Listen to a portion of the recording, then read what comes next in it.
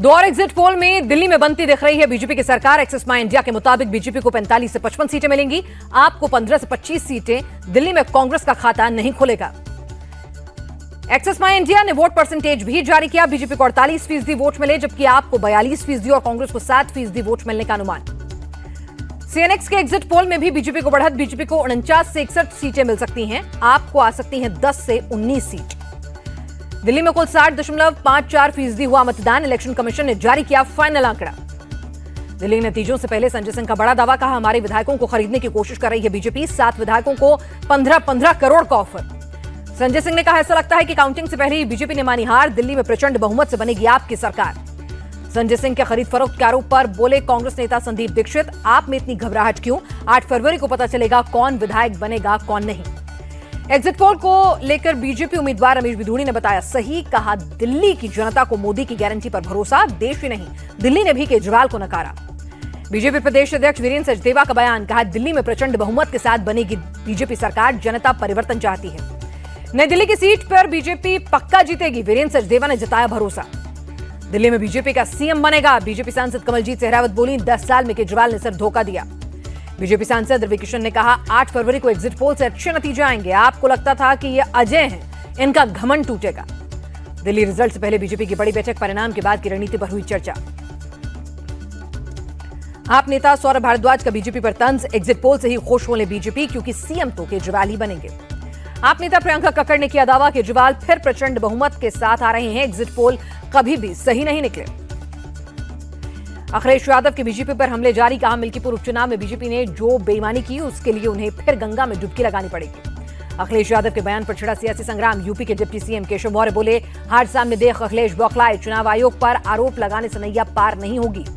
केंद्रीय मंत्री एसपी सिंह बघेल बोले, चुनाव आयोग स्वतंत्र और निष्पक्ष संस्था, ऐसी टिप्पणी करना गलत। बीजेपी सांसद संबित पात्रा बोले, आज तक भारत की संसदीय कार्यप्रणाली में ऐसा कुकृत्य कभी नहीं हुआ। ये लोकतंत्र की हत्या के बराबर। राज्यसभा से प्रधानमंत्री मोदी का डायरेक्ट अटैक, कहा फैमिली फर्स्ट वाले सबका साथ सबका विकास नहीं समझ सकते। इनके मॉडल में झूठ और फरेब है शामिल।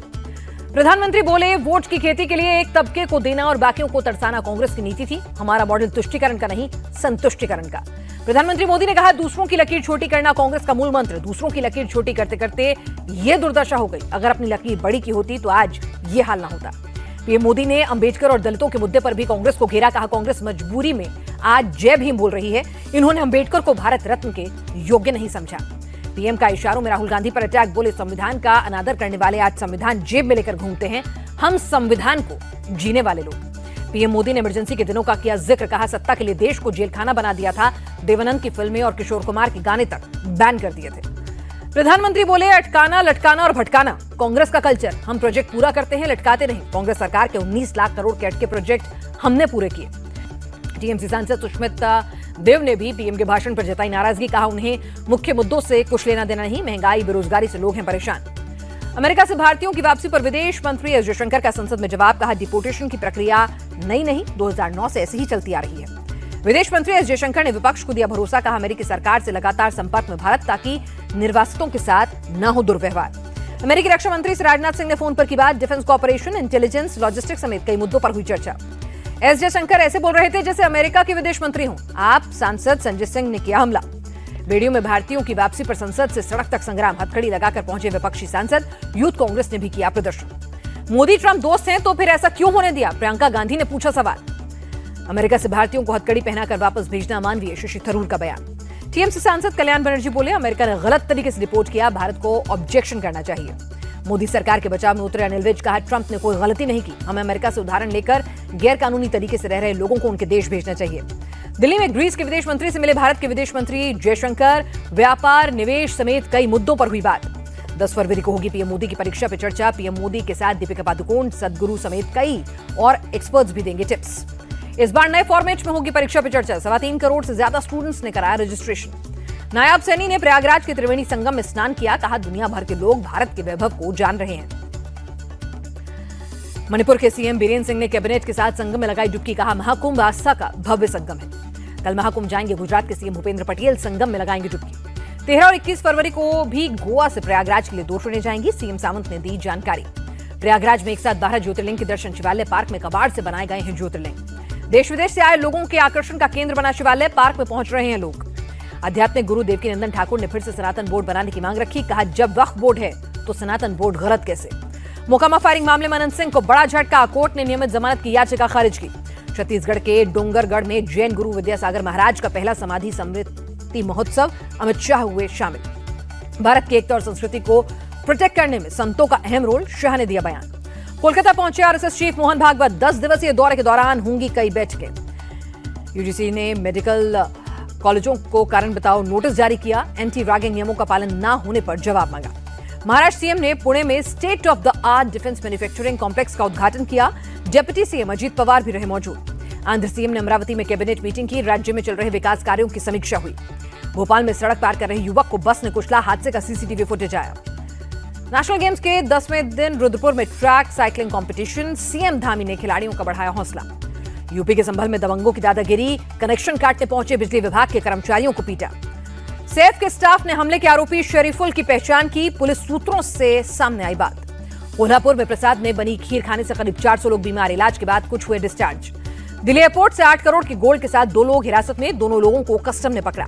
एमपी के इंदौर में 4 शराबियों ने मिलकर सब इंस्पेक्टर को पीट दिया। वायरलेस सेट छीने, माफी भी मांगी। मामले में जोबट जेल का प्रहरी समेत 2 आरोपी पकड़े गए। 2 अब भी फरार। एमपी कांग्रेस चीफ जीतू पटवारी बोले, इंदौर में 3rd डिग्री की सिक्योरिटी, फिर भी गुंडे पुलिस को पीट रहे हैं। बिहार के मुजफ्फरपुर में कांटी थाने में युवक की मौत पर बवाल। नाराज लोगों ने थाने में जमकर की तोड़फोड़। कांटी थाने में युवक का शव फांसी से लटका मिला था। पुलिस आत्महत्या की बात कह रही है, जबकि परिजन पिटाई से मौत का आरोप लगा रहे हैं। यूपी के बहराइच में तेंदुए ने 3 लोगों पर हमला किया। वन विभाग की टीम ने तेंदुए को रिहायशी इलाके से भगाया।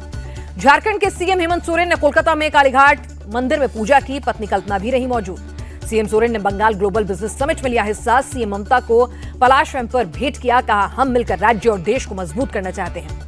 केरल के कोच्चि में गाड़ी के सर्विस सेंटर में लगी आग। दमकल की गाड़ियों में आग पर पाया काबू। एमपी के नीमच में पुलिस की तत्परता का असर दिखा। किडनैपर के चंगुल से जावद जनपद पंचायत के सीईओ आकाश झारवे को छुड़ाया। पुलिस के मुताबिक प्रेम प्रसंग मामले में किडनैपिंग हुई थी। घटना की जानकारी मिलते ही नीमच के एसपी ने मंदसौर से लेकर उज्जैन पुलिस को अलर्ट कर दिया। एमपी के शिवपुरी के पास एयरफोर्स का फाइटर प्लेन मिराज हुआ क्रैश। घायल दोनों पायलट्स का इलाज जारी।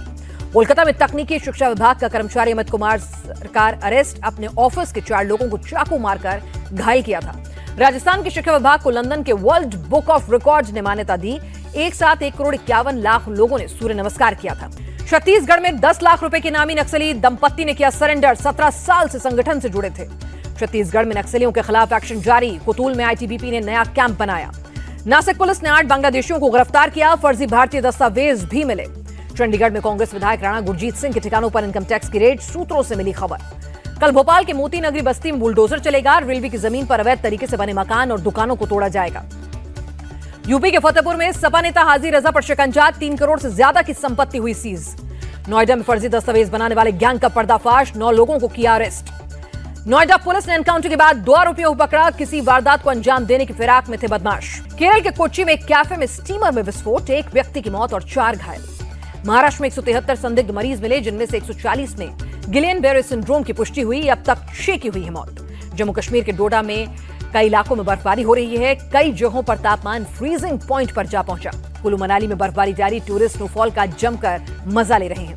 बिजनेस समिट से पश्चिम बंगाल को 4.40 लाख करोड़ से ज्यादा का निवेश मिला। सीएम ममता बनर्जी ने जानकारी दी। सोने का दाम लगातार चौथे दिन ऑल टाइम हाई पर। 15 रुपए बढ़कर 84,672 रुपए प्रति 10 ग्राम हुआ सोना। अमेरिकी डॉलर के मुकाबले 17 पैसे और टूटा। रुपया 87 रुपए 60 पैसे पर हुआ बंद। गिरावट के साथ बंद हुआ शेयर बाजार। सेंसेक्स 213 अंक लुढ़का। निफ्टी भी 92 पॉइंट्स गिरा। Online food delivery company Zomato ने अपना नाम बदला। अब इटर्नल लिमिटेड के नाम से जाना जाएगा जोमैटो। बोर्ड ने दी मंजूरी। सचिन तेंदुलकर ने परिवार सहित राष्ट्रपति भवन में राष्ट्रपति द्रौपदी मुर्मू से मुलाकात की। अमृत उद्यान को भी देखा। नागपुर में खेले गए पहले वनडे मैच में भारत ने इंग्लैंड को 4 विकेट से हराया। शुभमन गिल ने 87 रनों की पारी खेली। इंग्लैंड ने 249 रनों का लक्ष्य दिया था।